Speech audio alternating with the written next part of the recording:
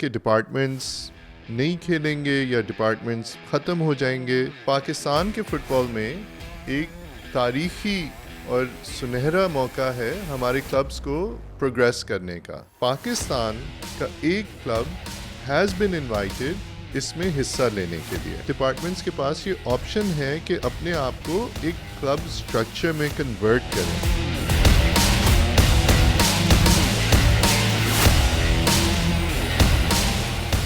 अस्सलाम वालेकुम dear football family, मुझे उम्मीद है आप सब खैरियत से होंगे and I am so happy to be back and be talking to you.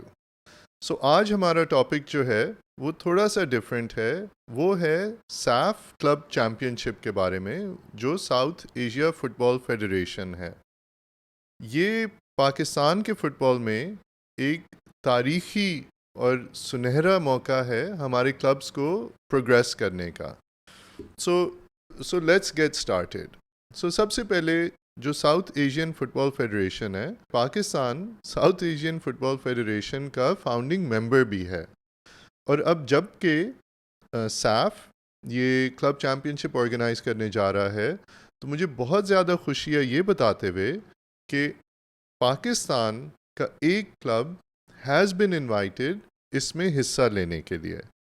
तो ये एक माइलस्टोन अचीवमेंट है हम सब के लिए। तो इस पे आप सबको भी मुबारक हो और हम सबको इकट्ठे मुबारक हो। ये बहुत बड़ा मौका है। अच्छा, इससे पहले कि हम उस क्लब चैम्पियनशिप के बारे में बात करें, एक दो चीज़ें बैकग्राउंड के लिए बहुत ज़रूरी हैं। जैसा कि आप मुझसे कई दफ़ा सुन चुके होंगे पहले भी, जो फीफा का regulation on the status and transfer of player है, वो ये कहता है कि association football is played by clubs that are registered under a digital registration system with the respective MA member association, यानी कि हमारे केस में Pakistan football federation. So club championship clubs के लिए है। क्या इसका मतलब है कि डिपार्टमेंट्स नहीं खेलेंगे या डिपार्टमेंट्स ख़त्म हो जाएंगे? तो नहीं, इस बात का कतई ये मतलब नहीं है। डिपार्टमेंट्स हमारे उनकी एक लॉन्ग हिस्ट्री है, ना सिर्फ फुटबॉल में बट पाकिस्तान में स्पोर्ट्स की प्रमोशन में। डिपार्टमेंट्स के लिए नेशनल चैलेंज कप है और डिपार्टमेंट्स नेशनल चैलेंज कप इंशाल्लाह ताला खेलते ही रहेंगे।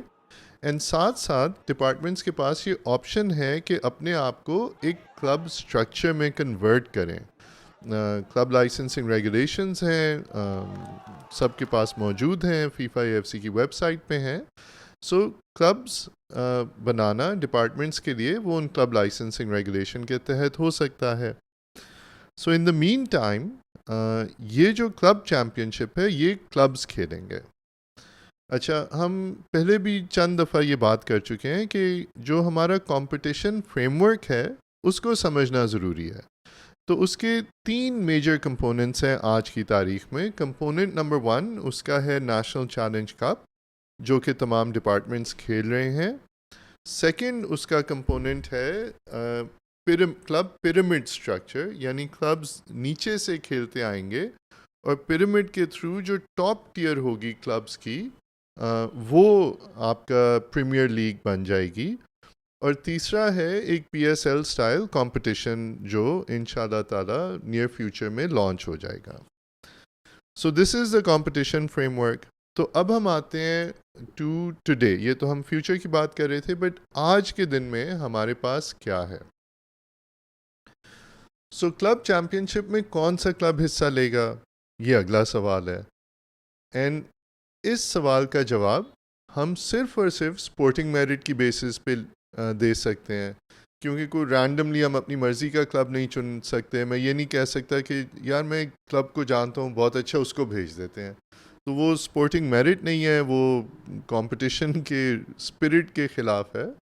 तो जो पाकिस्तान में आज के दिन जो सबसे ज़्यादा प्रीमियर कंपटीशन खेला जाता है वो है पाकिस्तान प्रीमियर लीग, जो आज की तारीख में डिपार्टमेंट्स का और क्लब्स का एक मिक्सचर है। तो उसकी बेसिस पे हमने पाकिस्तान प्रीमियर लीग के पिछले 10 साल की हिस्ट्री देखी और हमने उसमें देखा कि कौन से क्लब्स वो कंपटीशन खेलते आए हैं। क्योंकि जो टॉप कंपटीशन है मुल्क का, उसमें डिपार्टमेंट्स के साथ जो क्लब्स खेल रहे हैं वही इस मुल्क के टॉप क्लब्स होंगे। सो पिछले 10 साल का जब आप डेटा देखें तो 3 क्लब्स उसमें खेल रहे हैं। नंबर 1 इज़ अगवान मुस्लिम FC, ये चमन का एक क्लब है। मुस्लिम FC, ये भी चमन का क्लब है। और फिर बलोच नोशकी, जो कोयटा का क्लब है।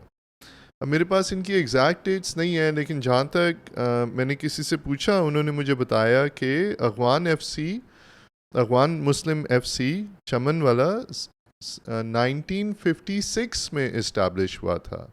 तो ये वो क्लब्स हैं जिनकी एक लॉन्ग हिस्ट्री है और बहुत ज़्यादा खिदमात हैं पाकिस्तान के फ़ुटबॉल के सीन में। तो इस वजह से मुझे बहुत ही ज़्यादा खुशी है कि ये 3 क्लब्स हमारे पास ऐसे हैं जो स्पोर्टिंग मेरिट पे क्वालिफाई करते हैं, जिनकी एक तवील हिस्ट्री है पाकिस्तान में कंट्रीब्यूटिंग टू फुटबॉल।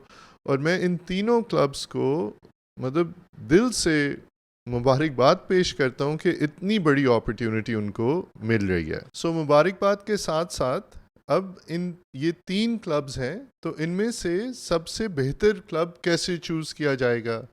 तो जैसे हमने पहले भी बात की, स्पोर्टिंग मेरिट पे हर काम होना चाहिए, तो लिहाजा इन 3 क्लब्स का एक आपस में टूर्नामेंट करवाया जाएगा और उसमें जो विनिंग क्लब है उसको ये अपॉर्चुनिटी प्रोवाइड की जाएगी कि वो साफ क्लब चैम्पियनशिप में पाकिस्तान को रिप्रेजेंट करे।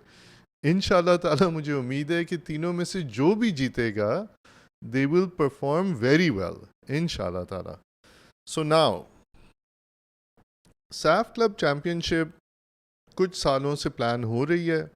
उसमें पहले भी प्लान हुई थी, एक दफ़ा 2 दफ़ा पहले भी डिले हो चुकी है।